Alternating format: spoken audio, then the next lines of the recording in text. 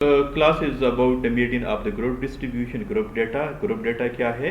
Group data से मुराद वो data है जो कि क्लास इंटरवल पे कंसिस्ट हो। जिस तरह कि यहाँ पे एग्जांपल में हम देख सकते हैं कि जो मार्क्स है वो क्लास बाउंड्रीज में है। मतलब ये है कि इसमें लोअर क्लास भी है, अपर क्लास भी है, और क्लास इंटरवल जो है इस पे कंसिस्ट है। तो इस शेप को हम कहते हैं ग्रुप डाटा। मीडियन क्या है? मीडियन से मुराद वो पॉइंट है जो कि डाटा को टू हाफ में तकसीम करे। उस पॉइंट को हम मीडियन कहते हैं, जिसको हम कहते हैं कि the median, the mid point of the observation. अब ग्रुप डाटा में आप याद रखिए, इसमें डायरेक्टली हम मीडियन को फाइंड नहीं कर सकते। सबसे पहला स्टेप यह है कि हम मीडियन क्लास को फाइंड करेंगे, फिर इसके अंदर जो वैल्यू होगी उसको हम कहेंगे मीडियन। किस तरह जो है हम मीडियन क्लास को फाइंड कर सकते हैं? बहुत आसान है। इसका फार्मूला है n डिवाइड बाई 2, और यहाँ पे n से क्या मुराद है? क्योंकि फ्रीक्वेंसी डिस्ट्रीब्यूशन है तो हम कहेंगे कि n is equal to summation f। इसका मतलब यह है कि आप फ्रीक्वेंसी को ऐड करेंगे, इसको सम करेंगे और कैलकुलेटेड वैल्यू जो आपके पास आएगी इसको आप कहेंगे समेशन f डिवाइड बाई 2। वही जो इसकी कैलकुलेटेड वैल्यू है वो आपकी जो है मीडियन क्लास होगी। मीडियन को फाइंड करने के लिए फार्मूला ये होगा, l आपके पास लोअर बाउंड्रीज है, मार्क्स में आपके पास अपर बाउंड्रीज है, लोअर बाउंड्रीज है। जो लेफ्ट साइड की वैल्यू है इसको आप कहते हैं l लोअर बाउंड्रीज। इसके बाद n डिवाइड बाई 2, जिसके मतलब मैंने कहा कि समेशन f डिवाइड बाई 2 है, और h को आप कहते हैं क्लास इंटरवल। इसका आसान तरीका ये है कि आप लोअर बाउंड्रीज को जो है एक दूसरे से माइनस कर ले। मतलब 51 को आप जो है 56 से जो है माइनस कर लिया, 60 से 55 को माइनस कर, which is equal to 5। That's be the class interval, f mean the frequency. इसी तरह यहाँ पे जो c है इसको आप कहते हैं कम्युलेटिव फ्रीक्वेंसी। ठीक है। बहरहाल इसमें इंपॉर्टेंट चीज़ ये है कि जो कम्युलेटिव फ्रीक्वेंसी है वो आप मीडियन क्लास का नहीं लेंगे, बल्कि आप मीडियन क्लास से एक वैल्यू बिलो लेंगे। ये किस तरह होगी एल की वैल्यूज़, और ये किस तरह होगी इस पर हम बात करेंगे। सबसे पहली बात यह है कि आप जो है कम्युलेटिव क्लास बाउंड्रीज को फाइंड करें। क्लास बाउंड्री को फाइंड करने का तरीका क्या है कि आप लोअर क्लास से जो है 0.5 माइनस कर ले, अपर क्लास के साथ तो जो है इसको ऐड कर ले। हमने पहला क्लास लिया जिसमें लोअर क्लास 51 है, अपर क्लास 55 है, तो इससे 0.5 को आप माइनस कर दें, और 55 जो अपर क्लास की वैल्यू है इसके साथ आप ऐड कर ले। तो हमारे पास जो कैलकुलेटेड वैल्यूज़ होगी वो जो क्लास है वो हमारे पास आ जाएगी 50.5 एंड 55.5। तो ये आपके पास पहली क्लास की क्लास बाउंड्रीज होंगी। इस तरह आप तमाम मार्क्स की तमाम क्लासेस की क्लास बाउंड्री फाइंड कर सकते हैं, और यहाँ पे जो है आप इसकी वैल्यूज़ को जो है पुट कर सकते हैं 50.5 एंड 55.5।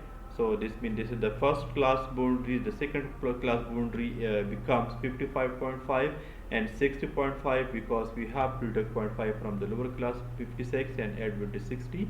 इसी तरह आप आगे जाके इसी प्रोसीजर के अप्लाई करेंगे। So the values which we calculated becomes like here.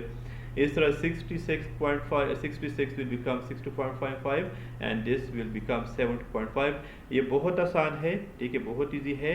Cumulative frequency को फाइंड करने का तरीका बहुत आसान है। इसका मतलब ये है कि आपके फर्स्ट क्लास की जो फ्रीक्वेंसी है इसके साथ आप सेकंड क्लास की फ्रीक्वेंसी जो है ऐड करेंगे सेकंड क्लास के सामने, तो वो आपकी सेकंड क्लास की क्यूमुलेटिव फ्रीक्वेंसी बन जाएगी। 9 प्लस अगले क्लास की फ्रीक्वेंसी 8 है, this will become 17। We can write like here. Similarly, 17 plus next class की frequency 4 है, and this will become 21। बहुत आसान है। यहाँ तक आपका कैसा हुआ? ठीक है। इसके बाद जो स्टेप है वो ये है कि हमने सबसे पहले जो आपकी मीडियन क्लास है उसको फाइंड करना है। मीडियन क्लास को फाइंड करने का फॉर्मूला मैंने लिखा है, समेशन f डिवाइड बाई 2 है, आप याद रखिए, या n डिवाइड बाई 2 है। याद रखिए आप लोग कि इसको फाइंड करने के बाद हमें जो क्लास मिलेगी उससे फ्रीक्वेंसी और इससे लोअर बाउंड्रीज हम फाइंड करेंगे। समेशन f क्या है ये आप याद रखिए, आपकी जो कम्युलेटिव फ्रीक्वेंसी की लास्ट वैल्यू जो है, या आप समेशन f जो फ्रीक्वेंसी है इसको आप ऐड कर ले, या अगर आप टाइम वेस्ट नहीं करना चाहे तो आप कम्युलेटिव फ्रीक्वेंसी की लास्ट वैल्यू विच इज़ 21 उसका आप समेशन f ले सकते हैं, और यहाँ पर जो है आप इसकी वैल्यू को पुट कर ले। So this will become 21 divide by 2 and 21 divide by 2 is equal to 10.5, या आप इसको 11 भी लिख सकते हैं, कोई इशू नहीं है इसमें। अब आप देखिए हमारा मीडियन क्लास क्या हुआ, ये 9 के करीब है, लेकिन ये हम नहीं लेंगे। हम इससे जो पहला जो हाईएस्ट वैल्यू है 11 से वो 17 है, वही हम लेंगे, यही हमारा जो है मीडियन क्लास है। ठीक है, अब आप देखिए इसमें जो फ्रीक्वेंसी है वो हमारी एफ की वैल्यूज है, इसमें जो लोअर क्लास की बाउंड्रीज है, हम मार्क्स की बात नहीं की क्लास बाउंड्रीज की बात करेंगे, वो 60.5 है। इसकी जो एज है जिसको हम कहते हैं क्लास इंटरवल है, तो डेफिनेटली आपने जिस तरह मैंने कहा कि 56 माइनस 51 है, तो डेट इज इक्वल टू 5 है। फ्रीक्वेंसी क्या है, इसी क्लास की फ्रीक्वेंसी अगर आप देखिए तो 5 है। कम्युलेटिव फ्रीक्वेंसी मैंने आपसे कहा कि आपने जो कम्युलेटिव फ्रीक्वेंसी है मिडिल क्लास, इससे एक वैल्यू बिलो लेनी है, वो आपके पास 70 से बिलो वैल्यू जो है 9 है, frequency is 8, so this mean that we calculated the value. अब सिंपली आपने ये सारे वैल्यूज़ को फार्मूलाज में पुट करने हैं, फार्मूलाज में वैल्यू पुट करने के बाद आपके पास ये प्रोसीजर आएगी, ये बाकी काम आप खुद कर ली, सिंप्लीफिकेशंस कर ली, प्लस माइनस है, प्लस माइनस करने के बाद जो है आपके पास जो वैल्यूज़ कैलकुलेट होगी, जो इक्वेशन है that's become like here 60.5 plus 5 divide by 8 and this.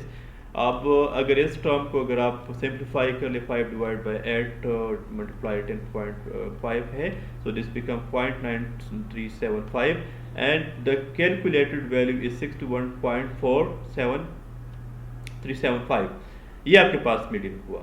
ठीक है, अब आप चेक कर ली, ये जो मीडियन की वैल्यू है ये आपकी मीडियन क्लास में जो है होगी, जो कि आपके पास थर्ड क्लास 61.43 है। तो अगर आप मीडियन क्लास को देखें, थर्ड क्लास है, बिल्कुल ये इसी की जो है ये आपके पास जो है वैल्यूज